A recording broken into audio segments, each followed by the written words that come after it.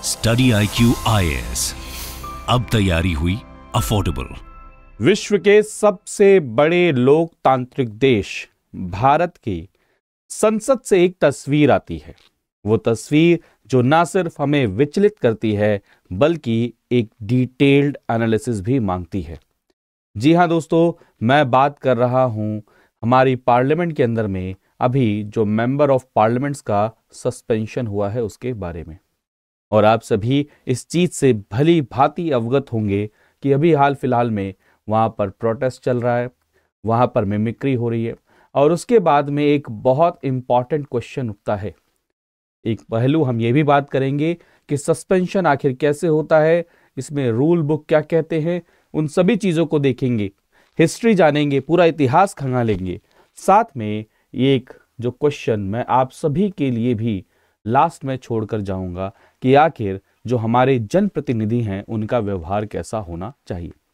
लेकिन आगे बढ़ने से पहले दोस्तों, सबसे पहले मैं आप सभी के साथ में यह इंफॉर्मेशन शेयर करना चाहता हूं। जो विंटर सेशन चल रहा है उसमें आज 49 ऑपोजिशन के एमपीज को सस्पेंड कर दिया गया है आज। और कल के और आज के जो नंबर्स हैं उनको मिला लिया जाए तो टोटल कितने हो चुके हैं, 141, यानी कि 141 मेंबर ऑफ पार्लियामेंट हैं जिनको सस्पेंड किया जा चुका है। और ये इतिहास में, हमारे पार्लियामेंट्री इतिहास में सबसे बड़ा नंबर है दोस्तों। एक तरफ जहां पर सरकार की तरफ से ये कहा जा रहा है कि जो बिहेवियर है वो मेंबर ऑफ पार्लियामेंट्स का वो सही नहीं है, और दूसरी तरफ जो ऑपोजिशन उनका ये कहा जा रहा है कि ये लोकतंत्र में बिल्कुल भी सही नहीं है।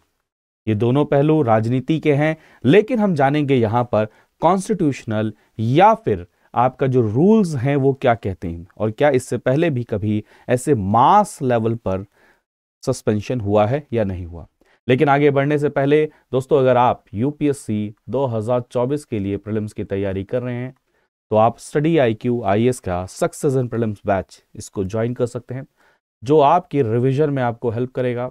इसमें टेस्ट सीरीज भी इंक्लूडेड है, साथ में ही करंट अफेयर की इंटीग्रेटेड अप्रोच के साथ में क्लासेस को डिजाइन किया गया है।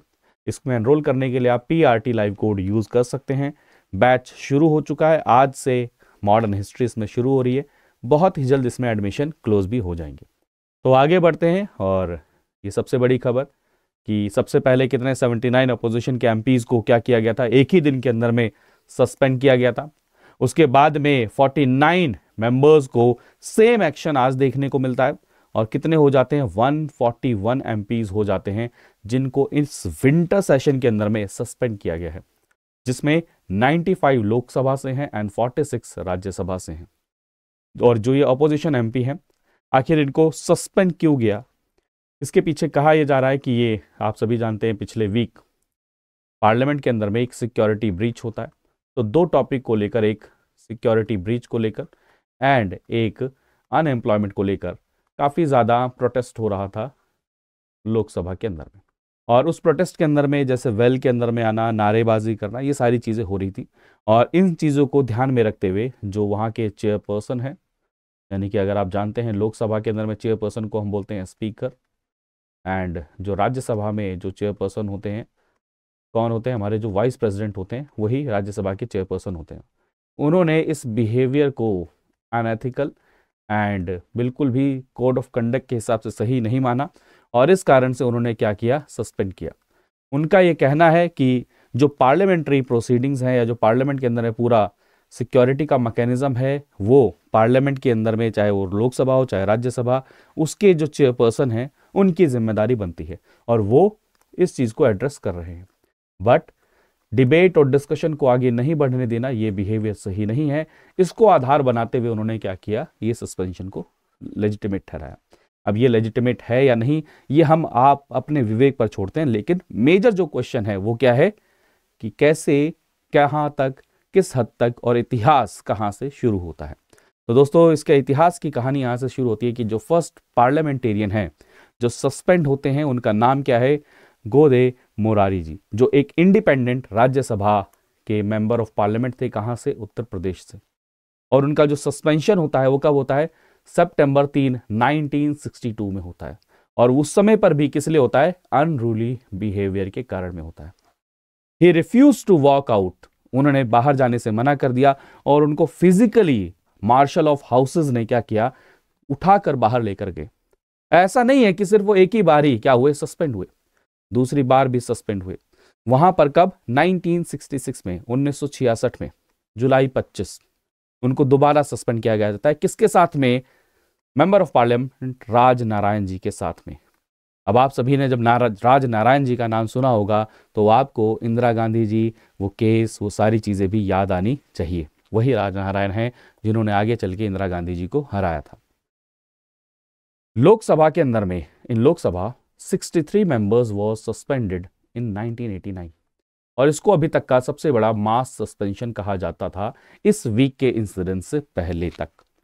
63 मेंबर्स को 1989 में वन गो के अंदर में क्या है? सस्पेंड कर दिया गया था। उस समय बात चल रही थी जस्टिस ठक्कर कमेटी की रिपोर्ट के ऊपर में। जी हाँ, जस्टिस ठक्कर कमेटी रिपोर्ट जो इंदिरा गांधी के असैसिनेशन से रिलेटेड थी।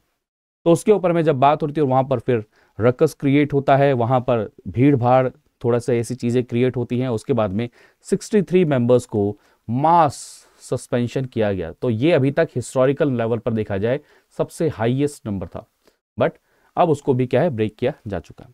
लेकिन अब दो चीजें और समझनी पड़ेंगी हमें।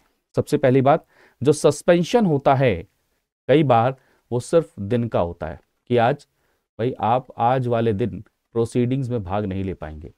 सस्पेंशन सेम वैसा ही जैसे क्लासरूम में आप जब होते हैं और आपको बाहर निकाल दिया जाए, तो एक डिफरेंस है।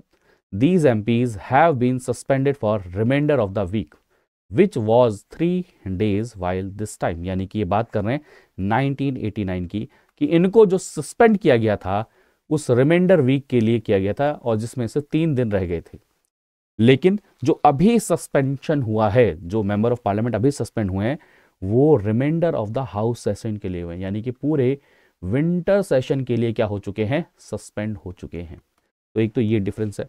दूसरा, इस आर्टिकल में ये भी बताने की कोशिश करेगी जो 1989 में सस्पेंशन हुआ था उसको रिवोक कर दिया गया था एक दिन के बाद में, जब मेंबर्स ने अपोलोजाइज किया स्पीकर को और उनको क्या किया गया? रिवोक कर दिया गया था उसको। तो ये दो बेसिक डिफरेंस बताए गए। यानी कि यहां से एक और चीज समझ सकते हैं आप कि सस्पेंशन भी दो तरीके से होता है, एक फॉर डे, फॉर वीक, और एक होता है पूरे रिमाइंडर ऑफ आपका जो सेशन है उसके लिए। अब यहां पर हम बात करते हैं पावर के बारे में, आखिर ये होता कैसे है। तो रूल नंबर 373, अभी हम बात कर रहे हैं लोकसभा की। तो रूल नंबर 373, रूल नंबर कहां पर लिखा है? Rules of procedure and conduct of business, कहां पर? लोकसभा के।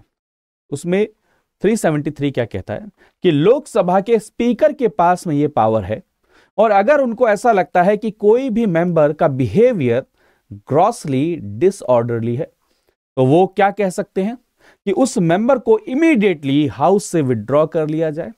और member is required to do so forthwith and stay away from the remainder of day's sitting. ये सिर्फ एक दिन की बात कर रहे हैं जब रूल 373 के तहत में यूज किया जाए। एक और रूल आता है 374 capital A. My dear friends, ये क्या कहा जाता है कि अगर जो एक्शन है वो बहुत बड़ा ग्रेव एक्शन हो, ग्रेव डिसऑर्डर हो, आप वेल के अंदर में आके हल्ला मचा रहे हैं, शोर कर रहे हैं, पर्चे फाड़ रहे हैं, उसको उड़ा रहे हैं, जैसा गली मोहल्ले में बिहेवियर होता है, वैसा आप लोकतांत्रिक देश के लोकतंत्र के मंदिर यानी कि पार्लियामेंट में ऐसा बिहेवियर करते हैं, तो क्या किया जाएगा?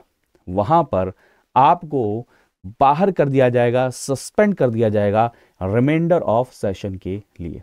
प्लीज इस पॉइंट को नोट करिएगा। तो यानी कि दो रूल हैं, एक 374 कैपिटल ए एंड 373। और ये जो 374 कैपिटल ए है ये बाद में ऐड किया गया है हमारे रूल बुक के अंदर में। कब ऐड किया गया है? दिसंबर 5, 2001 में। ठीक है, ये चीज याद रखिएगा। अब मान के चलिए आपने किसी को सस्पेंड कर दिया, तो उनको वापस कैसे लाया जा सकता है? उस सस्पेंशन को हटाया कैसे जा सकता है? तो याद रखिएगा, स्पीकर के पास में पावर तो है कि वो किसी को सस्पेंड कर सके, लेकिन उनके पास में रिवोकेशन की अथॉरिटी नहीं है। ये जो रिवोक करने की जो अथॉरिटी है ये किसके पास में है? हाउस के पास में है। यानी कि जो लोकसभा है वो ऐसा रेजोल्यूशन लेकर आए कि इस सस्पेंशन को क्या करना चाहिए, रिवोक कर देना चाहिए, तो क्या होगा, उस सस्पेंशन को रिवोक किया जाता है। फिर समझिए, सस्पेंड करने की, सस्पेंशन की पावर दोस्तों किसके पास में है, आपके लोकसभा के स्पीकर के पास में है। लेकिन रिवोक करने की पावर किसके पास में है, आपके लोकसभा के पास में, यानी कि हाउस के पास में। अभी तो हमने बात करी लोकसभा की, तो ऐसे ही राज्यसभा में भी दोस्तों वहां की जो रूल बुक है उसके अंदर में नंबर 255 क्या कहता है कि any member whose conduct is in his opinion grossly disorderly, यानी कि इसके बारे में बात करें, राज्यसभा के जो चेयरपर्सन हैं उनके पास में अगर उनको ऐसा लगता है कि इस पर्सन का बिहेवियर ठीक नहीं है, तो वो क्या कहेंगे कि डे की मीटिंग से उनको बाहर निकाल दिया जाए। 355 के तहत में the chairman may name a member who डिसरिगार्ड्स the authority of chair, abuses the rule of council by persistently and willfully obstructing business। अब यहां से एक बहुत क्लियर पॉइंट समझने की कोशिश करिए। जैसे लोकसभा के अंदर में स्पीकर के पास ही दोनों पावर थी कि दिन के लिए भी वो सस्पेंड कर सकते हैं और वीक के लिए या फिर रिमाइंडर ऑफ सेशन के लिए भी सस्पेंड कर सकते हैं। राज्यसभा में चेयरपर्सन के पास में पावर नहीं है। राज्यसभा में चेयरपर्सन के पास में सिर्फ डे के लिए सस्पेंशन का उनके पास में पावर है। अगर मान के चलिए हाउस ये चाहता है कि रिमाइंडर ऑफ सेशन के लिए क्या करा जाए, इनको रिमूव कर दिया जाए, सस्पेंड कर दिया जाए, तो दोस्तों याद रखिए यहां पर ये पावर किसके पास में, हाउस के पास में। हाउस अगर ऐसा कोई मोशन अडॉप्ट करता है, रेजोल्यूशन अडॉप्ट करता है कि इनको आपके रिमाइंडर ऑफ सेशन के लिए क्या किया जाए, सस्पेंड कर दिया जाए, तो उनको रिमाइंडर ऑफ सेशन के लिए सस्पेंड किया जा सकता है। प्लीज डिफरेंस समझ में आ रहा है, remainder of session in Rajya Sabha, remainder of session in Lok Sabha, दोनों के डिफरेंस। द हाउस में however by another motion terminate the suspension. समझ में आया आपको, यहां पर भी हाउस के पास में पावर है कि उस सस्पेंशन को रिवोक कर सकते हैं, same as Lok Sabha. But unlike the speaker, Rajya Sabha does not have the power to suspend a member for remainder of session. ठीक है, क्लियर है, ये पॉइंट समझ में आ रहा है आप सभी को। तो ये पूरा मैंने हिस्ट्री, प्रोसेस, रूल्स आपको बताने की कोशिश करी। कई बार महात्मा गांधी जी कहते हैं, कई बार हो सकता है जो रूल्स में लिखा हो वो एथिकल ना हो, और कई बार ये भी हो सकता है कि जो एथिकल हो वो रूल्स में ना भी लिखा हो। तो यहाँ से मेजर क्वेश्चन ये आता है, और इसके ऊपर मैं काफ़ी समय से बात करता रहता हूँ कि पार्लियामेंट की प्रोसीडिंग्स के अंदर में काफ़ी ज़्यादा कॉस्ट लगती है, और वो कॉस्ट आप और हम आम टैक्स पेयर क्या करते हैं, उसको बर्डन उसका हमारे ऊपर में रहता है। तो क्या ऐसा कोई कोड ऑफ कंडक्ट, क्या ऐसा कोई बिहेवियर का तरीका नहीं होना चाहिए? मैं फिर से बता दूं, मैं ये आपके ऊपर में छोड़ता हूं कि ये जो पर्टिकुलर एक्शन है, प्लीज ये सिर्फ न्यूज़ है कि ये चीज़ हुई है। मैं इससे एक स्टेप और आगे जाना चाहता हूं, मैं इश्यू को डिस्कस करना चाहता हूं कि आखिर ऐसा क्या है कि जहां पर अकाउंटेबिलिटी हम फिक्स नहीं कर पाते हैं पार्लियामेंटेरियंस की, कि उनका बिहेवियर कैसा होना चाहिए पार्लियामेंट सेशन के अंदर में। क्योंकि पार्लियामेंट सेशन ऑलरेडी बहुत कम समय के लिए मिलती है, वहां पर अगर हम अननेसेसरी, प्लीज पॉइंट को नोट करिएगा, मैं इश्यूज की बात नहीं कर रहा हूं, मैं अननेसेसरी इश्यूज की बात कर रहा हूं, उनके कारण में अगर हम फंक्शंस और प्रोसीडिंग्स को रोकते हैं, तो क्या ये पार्लियामेंट्री जो रिस्पॉन्सिबिलिटी मेंबर ऑफ पार्लियामेंट्स को सौंपी गई है कॉन्स्टिट्यूशन के द्वारा, क्या उसका ये वॉलेशन नहीं है? ये लार्जर कंटेक्स्ट में क्वेश्चन पूछा जाना चाहिए। Second question to your friends, क्या जो ऐसा खराब बिहेवियर सिर्फ और सिर्फ रूलिंग पार्टी के अगेंस्ट में जो अपोजिशन पार्टी हैं उन्हीं का ही है? क्या रूलिंग पार्टी में से किसी भी मेंबर ऑफ पार्लियामेंट का ऐसा बिहेवियर नहीं रहता है? तो क्या उनके केसेस में ऐसे सस्पेंशन के क्राइटेरिया को अपनाया गया? तो यहां से दूसरा क्वेश्चन उठता है, जो चेयरपर्सन है दोनों हाउसेस के अंदर में, चाहे स्पीकर हो चाहे राज्यसभा के चेयरपर्सन हो, तो उनका इम्पार्शियल रहना, अनबायस्ड रहना एंड ट्रांसपेरेंट रहना, ये डेमोक्रेसी के लिए बहुत ज़्यादा इंपॉर्टेंट हो जाता है। आप सभी ओपन है अपने कमेंट्स शेयर करने के लिए, बट प्लीज़ अपने कमेंट्स आपके लॉजिकल और रीजनिंग के साथ में होने चाहिए। तो आई होप आप सभी ने इस पूरी न्यूज़ को समझा होगा, परखा होगा और एनालाइज किया होगा। तो मिलते हैं, आगे बढ़ने से पहले एक और चीज़, ये बैच है अवेलेबल है, आप सभी इसको ज्वाइन कर सकते हैं PRT लाइव कोड यूज़ करके। तो मिलते हैं ऐसे ही अगले और किसी सेशन में, तब तक अपना ध्यान रखिए, मुस्कुराते रहिए, पढ़ते रहिए। बाय बाय, टेक केयर दोस्तों, जय हिंद। स्टडी IQ IAS, अब तैयारी हुई अफोर्डेबल।